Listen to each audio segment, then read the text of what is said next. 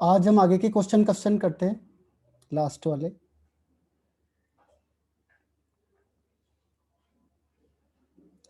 देखो question number है 3.15। 3.15 है, अ सॉल्यूशन ऑफ NiNO3 का whole twice is electrolysed between platinum electrode using a current of 5 ampere. यानी मुझे यहाँ पे क्या दिया हुआ है, करंट आई दिया है 5 एम्पेयर। आगे लिखा है फॉर 20 मिनट्स, यानी टाइम भी दिया हुआ है मुझे कितना, 20 मिनट्स। तो इसको चेंज करना है सेकंड में, तो किससे मल्टीप्लाई करना पड़ेगा, 60 से। तो ये आपका टाइम आ गया। क्वेश्चन क्या पूछा है, what mass of nickel is deposited at the cathode. तो इसका मतलब मुझे W निकालना है, वेट ऑफ निकल। तो इसके लिए फॉर्मूला होता है फेराडे फर्स्ट लॉ। क्या है, देखो Faraday first law, W is equal to ZIT। ठीक है, I भी दिया हुआ है, T भी दिया हुआ है, Z नहीं पता मुझे, तो मैं Z निकालूंगा पहले। Z is equal to equivalent weight upon 96500। अब निकिल का देखो चार्ज कितना है यहाँ पे, +2। कैसे पता चला, देखो NiNO3 का होल ट्वाइस। तो NiNO3 होता है -1, 2 हो गए तो -2, तो ये +2। और Ni का एटॉमिक मास होता है 58.7। तो इक्विवेलेंट वेट कितना आ जाएगा, molar mass upon N factor. N factor मतलब वैलेंसी, तो हो जाएगा 58.7 अपॉन 2। इसको डिवाइड कर दो, 2 2 जा 4, 2 9 जा 18, 2 3 जा 6, 2 5 जा 10। तो इसको यहाँ रख दो आप, बाकी सारी वैल्यू पता है मुझे। देखो जेड का मतलब है इक्विवेलेंट वेट कितना है, 29.35 अपॉन 96500 इंटू आई है 5, और ये टाइम है 1200। तो यहाँ से W निकल जाएगा। कोई डाउट इसमें, बताओ, यस नो। समझ में आई ये वाला क्वेश्चन 3.15, यस नो। आगे बढ़ जाओ। यस सर, आ गया। अब देखो क्वेश्चन नंबर है 3.16।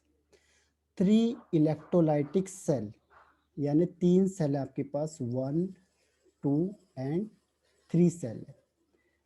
ABC आपने लिख दिया, ABC। एक में रखा आपने ZnSO4, दूसरे में रख दिया AgNO3, तीसरे में रख दिया CuSO4। ठीक है, अब हमें क्या पूछ रहा है वो, इसको सीरीज में रखा है हम लोगों ने, a steady current of 1.5 ampere. यानी हमने इसके लिए जो करंट है वो 1.5 एम्पेयर है, through them until 1.5 gram of silver deposit.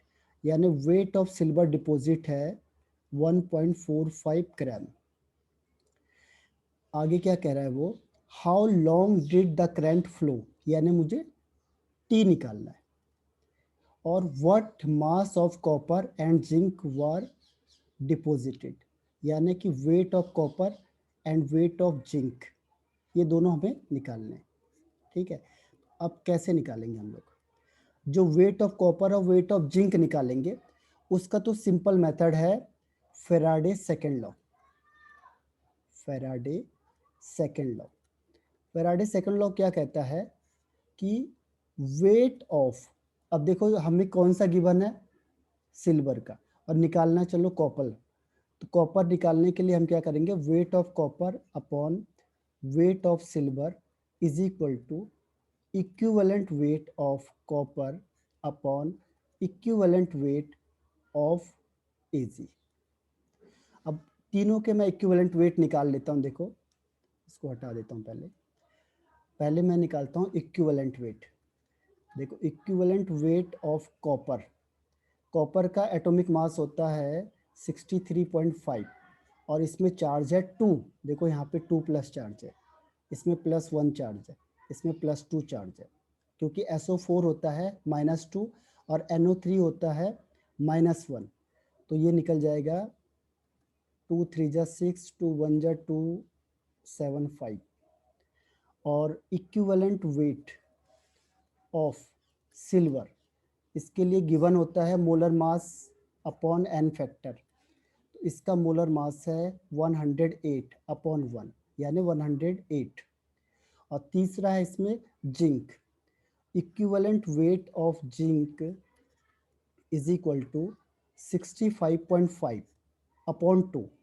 इसका एटॉमिक मास है 65.5/2। तो इसको 2 3 जा 6, 2 2 जा 4 और यहाँ पे 2 7 जा 14, 2 5 जा 10। तो ये तीनों के निकल गए हमारे पास। अब सीधा फॉर्मूले में पुट करना, आंसर निकालना हमने। देखो फॉर्मूला क्या है, weight of copper upon weight of Ag is equal to equivalent weight of copper upon equivalent weight of Ag। ठीक, अब ये तो निकालना है, इसे x मान लो। वेट ऑफ Ag आपको कितना दिया हुआ सिल्वर का 1.545। इक्विवेलेंट वेट हमने निकाला था इसका 31.75 और इसका निकाला था 108। इसको यहाँ मल्टीप्लाई करके ये आ जाएगा वेट ऑफ कॉपर। ऐसी वेट ऑफ जिंक निकालना है, तो जहाँ पे कॉपर है वहाँ पे जिंक लिख दो। Weight of zinc upon weight of silver is equal to equivalent weight of zinc upon equivalent weight of Ag। अब इसको तो निकालना है, इसे x मान लो। इसकी वेट दी है आपको 1.45। इक्विवेलेंट वेट जिंक का निकाला था हमने 32.75 और इसका 108। इसको यहाँ से मल्टीप्लाई करोगे तो ये आंसर आ जाएगा।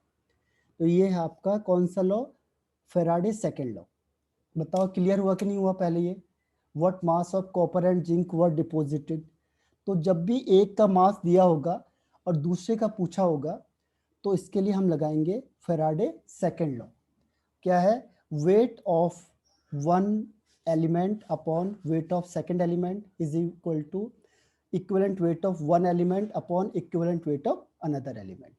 ये मोलर मास क्वेश्चन में दिया होता है आपको, बोर्ड में आप देखोगे तो पेपर के लास्ट में आपको सबके एटॉमिक मास, एटॉमिक नंबर और ये जो कांस्टेंट की वैल्यूज होती है वो दी होती है या फिर क्वेश्चन के साथ दिया होता है। तो बताओ ये क्लियर हुआ, यस नो। सर टाइम कैसे निकालेंगे? हाँ अब टाइम निकालेंगे, पहले ये तो ये समझ में आया आपको। Yes sir. ओके, टाइम के लिए देखो, टाइम के लिए हम निकालेंगे first law, Faraday first law, जैसा अभी मैंने किया था, क्योंकि सेकंड लॉ में तो है नहीं टाइम। तो हम यहाँ पे अप्लाई करेंगे फेराडे फर्स्ट लॉ। क्या है, W is equal to ZI T से क्या निकलेगा, टाइम निकलेगा। How long did current flow, यानी टाइम निकालना है मुझे। तो टाइम के लिए क्या करेंगे, फर्स्ट लॉ। अब Z किसका निकालेंगे, सिल्वर के लिए। तो Z इज इक्वल टू होता है इक्विवेलेंट वेट अपॉन 96500। अब ये किसकी बात हो रही है, सिल्वर की, क्योंकि ये सिल्वर आपको क्वेश्चन में गिवन है, बाकी और नहीं है गिवन। तो हमने क्या किया, वेट लिख दिया 1.45, तो ये हो गया 1.45। अभी हमने निकाला था Ag का होता है 108 होता है इक्विवेलेंट वेट अपॉन 96500। I की वैल्यू आपको दी है, अब तो हमें कुछ मेहनत ही नहीं करनी है, इंटू T। अब यहाँ से T निकल जाएगा आपके पास 1.45 इंटू 96500 अपॉन 108 इंटू 1.5। बताओ, अगर टाइम आएगा तो first law, Faraday's first law, और अगर वेट पूछा है एक का और दूसरे का दिया है तो सेकंड लॉ, और अगर इलेक्ट्रिसिटी पूछी है आपको NF से, Q इक्वल टू NF से। बस बताओ यहाँ तक समझ में आया आपको, डन या नॉट। आगे बढ़ जाऊं,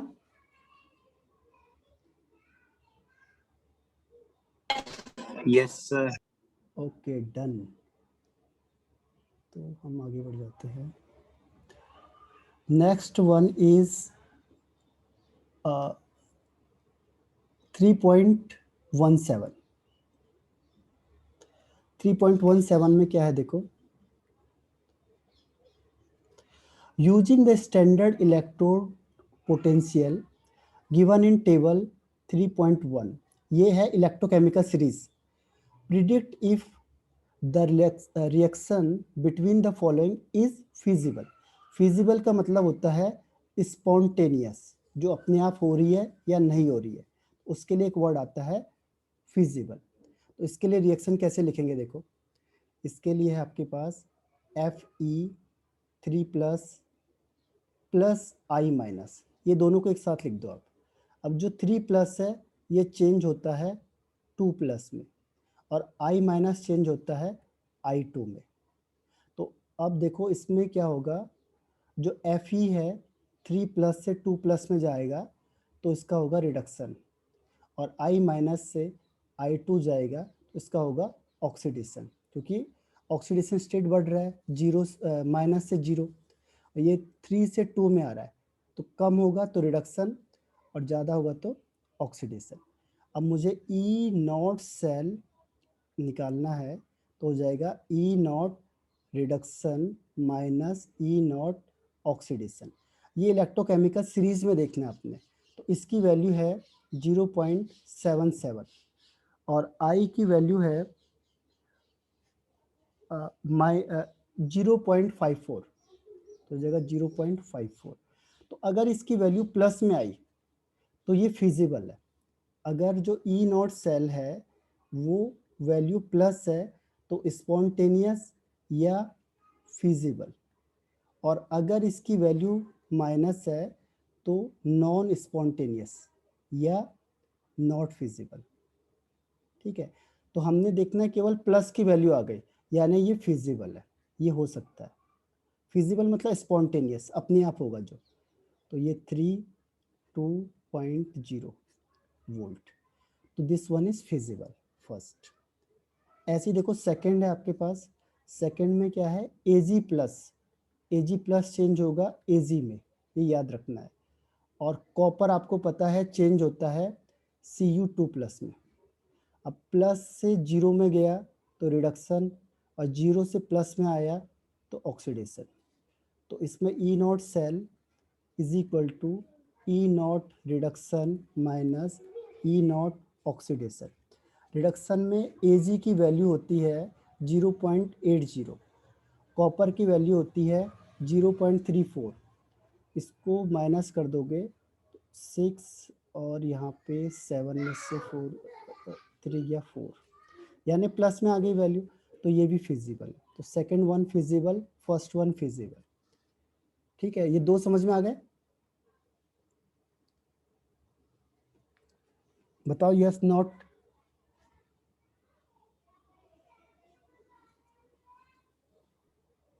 आगे बढ़ जाओ।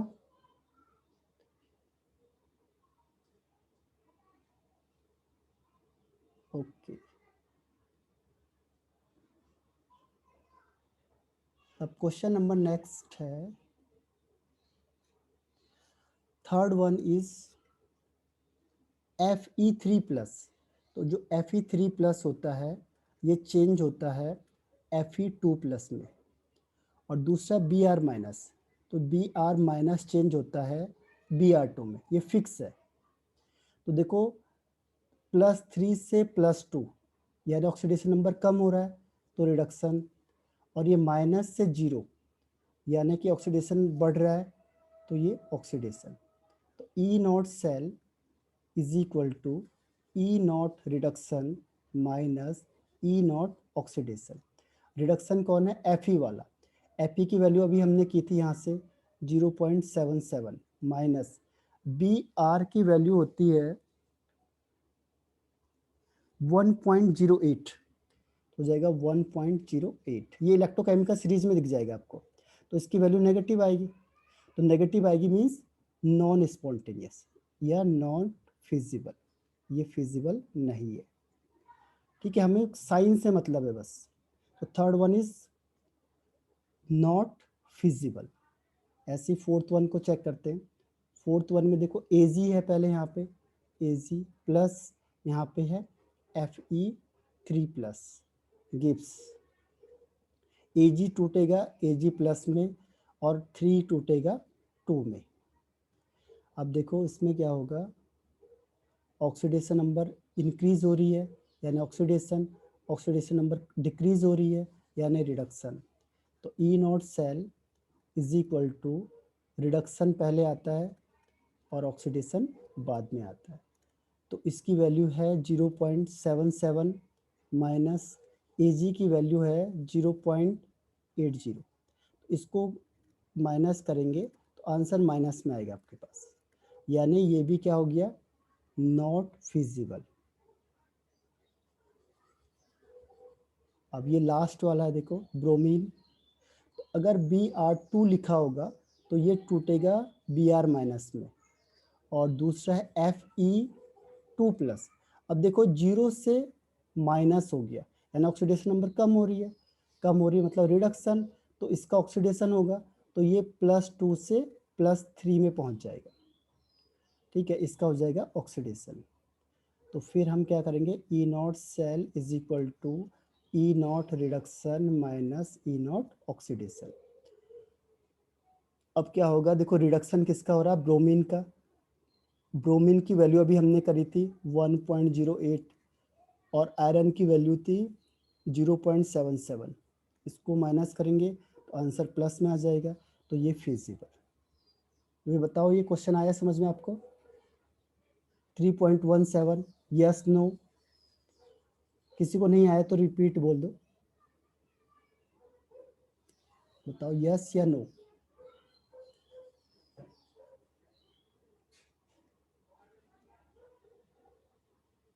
आगे बढ़ जाऊं? ओके।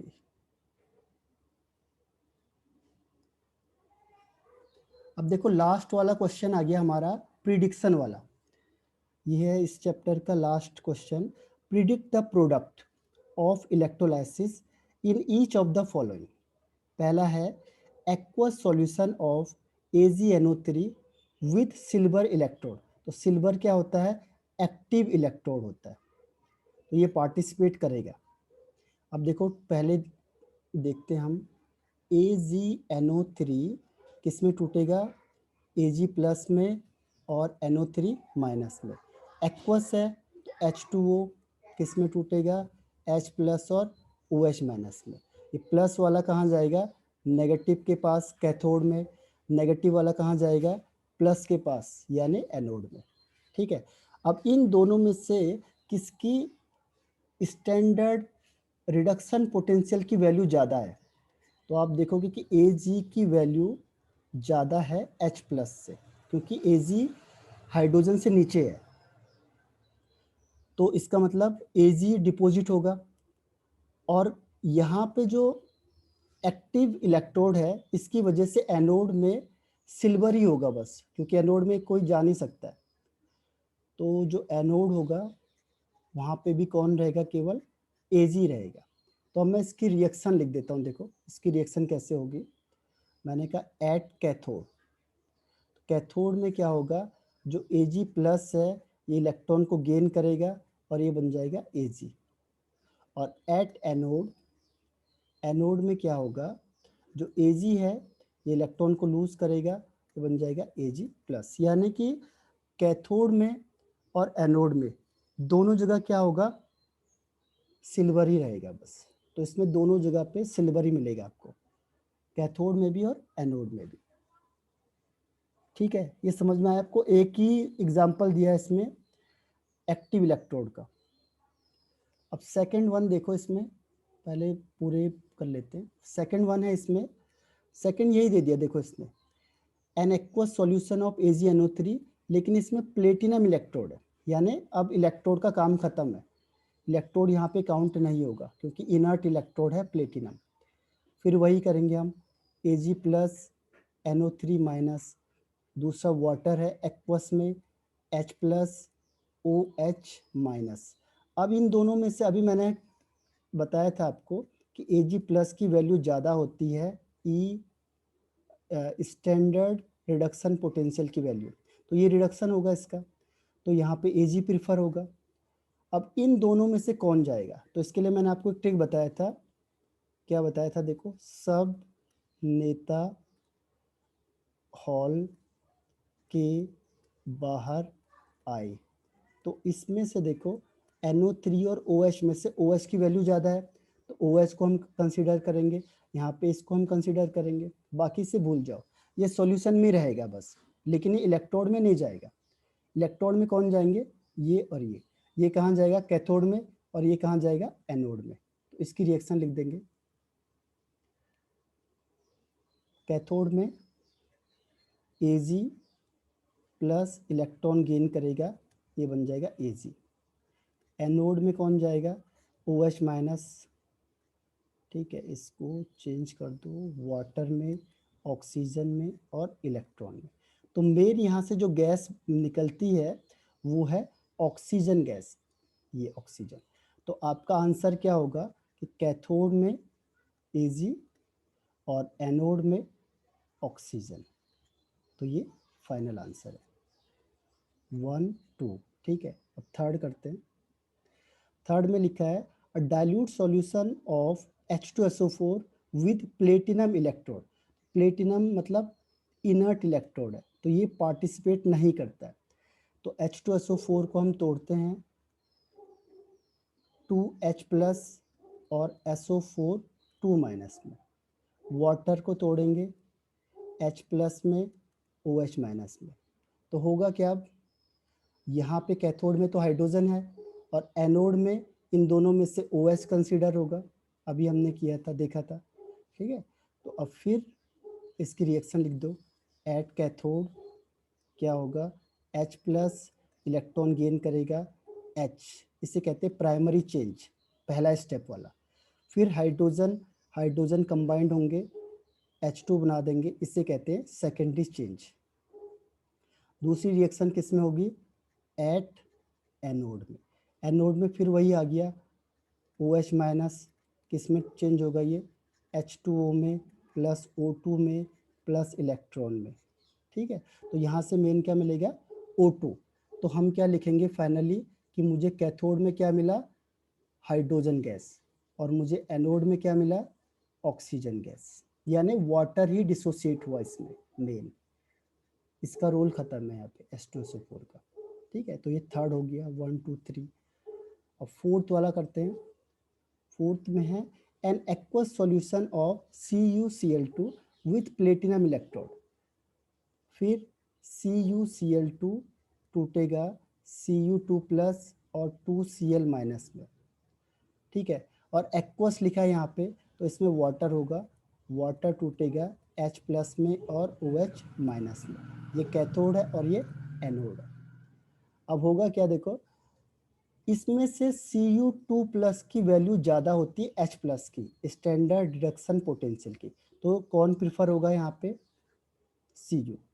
और OH और Cl में से किसकी ऑक्सीडेशन की वैल्यू ज़्यादा है, Cl की, तो यहाँ Cl प्रिफर होगा।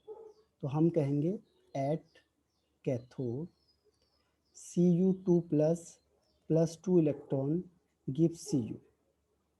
दूसरा एट एनोड, यहाँ पे Cl है माइनस, इलेक्ट्रॉन लूज करेगा, ये बनेगा Cl, ये प्राइमरी चेंज। उसके बाद फिर Cl और 2Cl आपस में कंबाइंड हो जाते हैं और बना देते हैं Cl2, ये है सेकेंडरी चेंज। तो अब आप फाइनल आंसर लिखोगे कि हमें कैथोड में क्या मिला, कॉपर, और एनोड में कौन डिपॉजिट हो रहा है, क्लोरीन गैस, ठीक है। तो ये मेन है आंसर आपके पास। तो ये आंसर है इसका 3.18 का। बताओ इसमें कोई डाउट किसी को। यह है प्रोडक्ट वाला, और ये क्वेश्चन कई बार पूछा हुआ है बोर्ड में। रिप्लाई करो यस नो।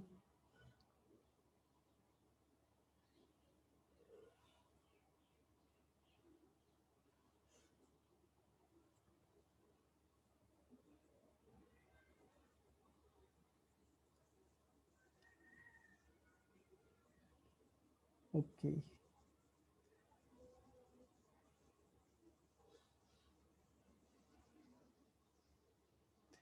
देखो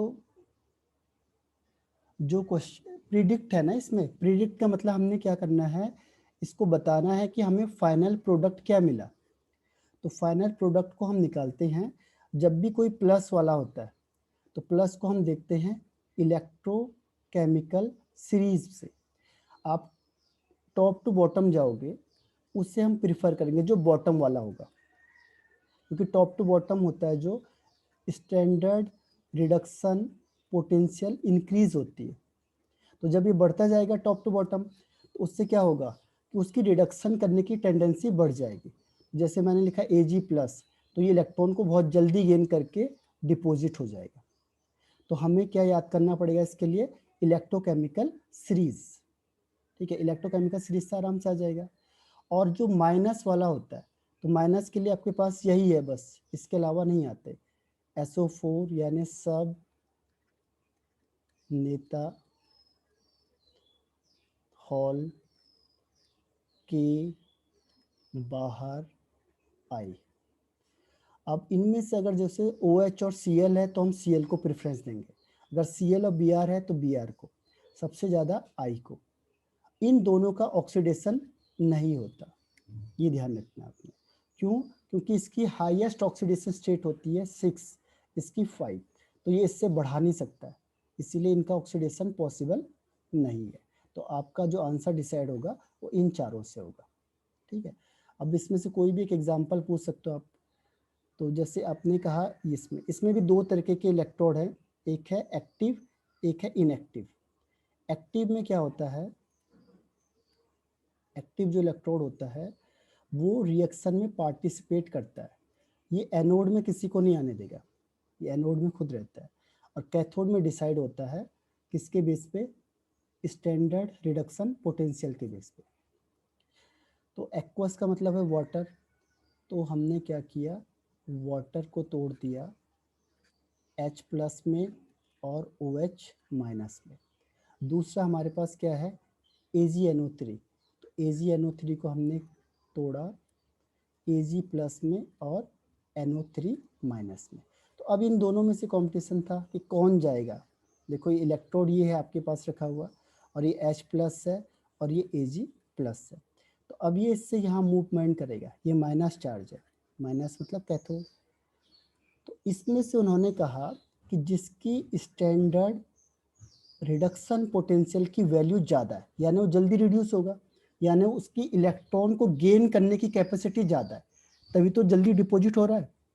जिसकी कैपेसिटी ज़्यादा होगी, जिसकी स्ट्रेंथ ज़्यादा होगी, जिसकी पावर ज़्यादा होगी रिडक्शन करने की, वही तो यहाँ पे जा पाएगा। जैसे दो आदमी दौड़ रहे हैं, तो कब कौन जीतेगा, जो तेज भागेगा। तो इसमें से जो स्टैंडर्ड रिडक्शन पोटेंशियल की वैल्यू ज़्यादा है, या लो डिस्चार्ज पोटेंशियल कहते हैं उसे, वो यहाँ पे डिपॉजिट होगा। तो देखो हाइड्रोजन के नीचे Ag आता है, तो इसका मतलब Ag को हम प्रिफर करेंगे, Ag जल्दी भागेगा एज कम्पेयर टू हाइड्रोजन। और इन दोनों में से अभी हमने कंपैरिजन किया था कि OH- क्या है, जल्दी भागेगा किसके कंपैरिजन में, NO3 के कंपैरिजन में। तो यहाँ पे जो प्रोडक्ट डिसाइड करेंगे वो कौन डिसाइड करेंगे, वो करेंगे ये Ag और सेकेंड वन इज OH। ठीक है, तो Ag और OH- ये दोनों के दोनों डिसाइड करेंगे कि फाइनल प्रोडक्ट क्या बनना चाहिए। तो अब हमने क्या किया, इसकी रिएक्शन लिखनी है, तो रिएक्शन लिखने के लिए हमने क्या किया, Ag+, अब ये कहाँ पे जाएगा, कैथोड में। तो इसने इलेक्ट्रॉन को गेन करेगा और सिल्वर क्या हो गया, डिपॉजिट हो गया। तभी हम कैथोड में किसी भी आर्टिकल या किसी भी सब्सटेंस को रखते हैं। अगर मुझे सिल्वर की इलेक्ट्रोप्लेटिंग करनी है तो मैंने इसे यहाँ रख दिया, अब जैसे ही मैं इस सॉल्यूशन में रखूँगा ये सिल्वर यहाँ पे क्या होगा, डिपॉजिट होने लगेगा चारों तरफ से, और हमें लगेगा ये सिल्वर है। सिल्वर मेडल इसी तरीके से बनते हैं। और सेकंड है इसमें एनोड, एनोड के लिए अब देखो OH- जाना था, लेकिन यहाँ पे एक्टिव इलेक्ट्रोड है, तो एक्टिव इलेक्ट्रोड अपने पास किसी भी एलिमेंट को नहीं आने देता है। यहाँ पे Ag का ही रिएक्शन होगी, Ag इलेक्ट्रॉन को लूज करेगा और ये प्लस बन जाएगा, यानी इसमें हो जाएगा ऑक्सीडेशन और इसमें हो जाएगा रिडक्शन। कैथोड में रिडक्शन, एनोड में ऑक्सीडेशन। तो इस तरीके से सबको करना है। डन? बताओ yes no Yamini? Yes sir. Okay, अब देखो ये तो आपका कंप्लीट हो गया है। इसमें से कोई भी क्वेश्चन जो आपको डाउट हो तो बताओ। एक बार फैराडे लॉ समझा दीजिए। Faraday law,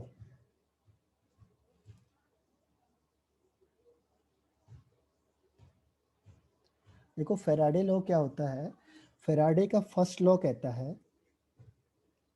Faraday first law, जैसे अभी हमने कहा कि डिपोजिशन हो रहा है तो कितना डिपॉजिट होगा, तो उसने कहा कि जो वेट ऑफ सब्सटेंस डिपॉजिट हो रहा है या लिबरेटेड हो रहा है, जैसे गैस निकलेगी बाहर और सब्सटेंस होगा जो डिपॉजिट होगा, वो डायरेक्टली प्रोपोर्शनल होगा जितनी हम इलेक्ट्रिसिटी ज़्यादा देंगे। जैसे आपके घरों में देखो इलेक्ट्रिसिटी कम आती है तो क्या होता है कि अगर आप पानी को पाइप से ले जा रहे हो तो स्लो हो जाएगा, और जैसी इलेक्ट्रिसिटी बढ़ती है इसकी स्पीड बढ़ जाती है, मोटर तेज चलने लगता है। तो इसका मतलब क्या हुआ कि जितनी इलेक्ट्रिसिटी बढ़ेगी उतना ही क्या होगा, डिपोजिशन ज़्यादा हो जाएगा। तो weight of substance deposit at any electrode is directly proportional to electricity passed. और अगर हम इसको हटाएंगे प्रोपोर्शनल को, एक कांस्टेंट आता है जेड क्यू। और अगर आपको क्यू की जगह पे आई दिया हुआ है करंट, तो आपको पता है I is equal to Q upon T होता है, तो Q is equal to I T. अगर क्यू दिया है तो क्यू लिखोगे, क्यू नहीं लिख दिया है तो आई टी लिखेंगे। और ये है आपका इलेक्ट्रोकेमिकल इक्विवेलेंट जेड, ये कांस्टेंट है तो इसकी वैल्यू होती है इक्विवेलेंट वेट अपॉन 96500। और equivalent weight is equal to होता है molar mass upon N factor. ठीक है, तो इस तरीके से फर्स्ट लॉ है ये। जैसे अभी हम कह रहे थे कि ये हमने AgNO3 का सॉल्यूशन रखा है और यहाँ पे इलेक्ट्रोड रख दिए। अब मैं बोलूँगा कि AgNO3 का डिपोजिशन यहाँ पे किस हिसाब से होगा, तो जितना आप वोल्टेज इलेक्ट्रिसिटी दोगे, अगर आपने लो वोल्टेज दिया है तो धीरे धीरे होगा, आपने ज़्यादा वोल्टेज दे दिया तो जल्दी हो जाएगा, और ज़्यादा दे दिया तो और जल्दी हो जाएगा, फास्ट रिएक्शन। ठीक है, तो ये पहला लॉ था। सेकेंड लॉ कहता है कि अगर हमने इलेक्ट्रिसिटी सेम कर दी, जैसे 2 इलेक्ट्रॉन लिया हमने और इलेक्ट्रिसिटी सेम कर दी, जैसे ZnSO4 CuSO4 रख दिया, तो अब सवाल ये है कि इन दोनों में से किसका डिपोजिशन ज़्यादा होगा, जिंक ज़्यादा डिपोजिट होगा इसमें या कॉपर ज़्यादा डिपोजिट होगा। तो कहता है कि जो अमाउंट ऑफ सब्सटेंस डिपोजिट होता है वो डिपेंड करता है उसके इक्विवेलेंट वेट पे। जैसे Zn का इक्विवेलेंट वेट निकाला था हमने 65.5 अपॉन 2 यानी 32.75, कॉपर का है 31.75, ये आया था 63.5 अपॉन 2। इसका मतलब जिंक ज़्यादा डिपोजिट होगा उतने ही सेम इलेक्ट्रिसिटी में। जैसे सिल्वर है, सिल्वर का होता है 108 अपॉन 1, क्योंकि इसका चार्ज 1 होता है, तो सबसे ज़्यादा कौन हो जाएगा, सिल्वर हो जाएगा। इलेक्ट्रिसिटी सबके लिए सेम है लेकिन डिपोजिशन सबसे ज़्यादा Ag का होगा, फिर Zn का होगा, फिर कॉपर का होगा। यानी कि अगर हमने सेम इलेक्ट्रिसिटी पास की है two or more different electrolyte में, then the amount of substance deposited depends on the equivalent weight of the metal. Clear है आप दोनों? और एक लास्ट इलेक्ट्रिसिटी का फॉर्मूला था, electricity required for 1 mole is equal to NF। N मतलब number transfer electron and F means Faraday constant. तो यहाँ से हमें इलेक्ट्रिसिटी मिल जाती है। बताओ फैराडे लॉ क्लियर है? और कोई डाउट किसी को? कोई भी टॉपिक में, और या ये नहीं हुआ क्लियर तो बताओ।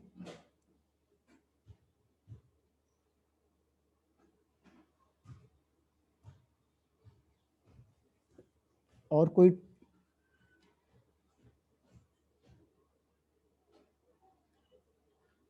Done, okay. अब मैं आपको कोरोजन बता देता हूँ एक बार।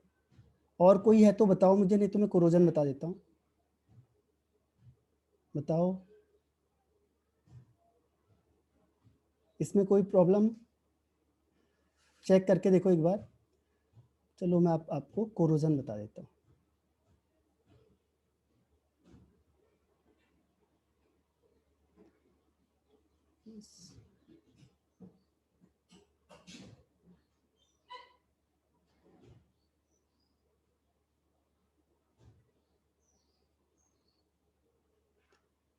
अच्छा थोड़ा टाइम लगेगा उसमें, 3 मिनट बचे मेरे ख्याल से, तो आप रिज्वाइन कर लो, दूसरे टॉपिक में आ जाएगा, दूसरे उसमें लेक्चर में आ जाएगा। तो मैं ऑफ कर रहा हूँ, रिज्वाइन करो इसे।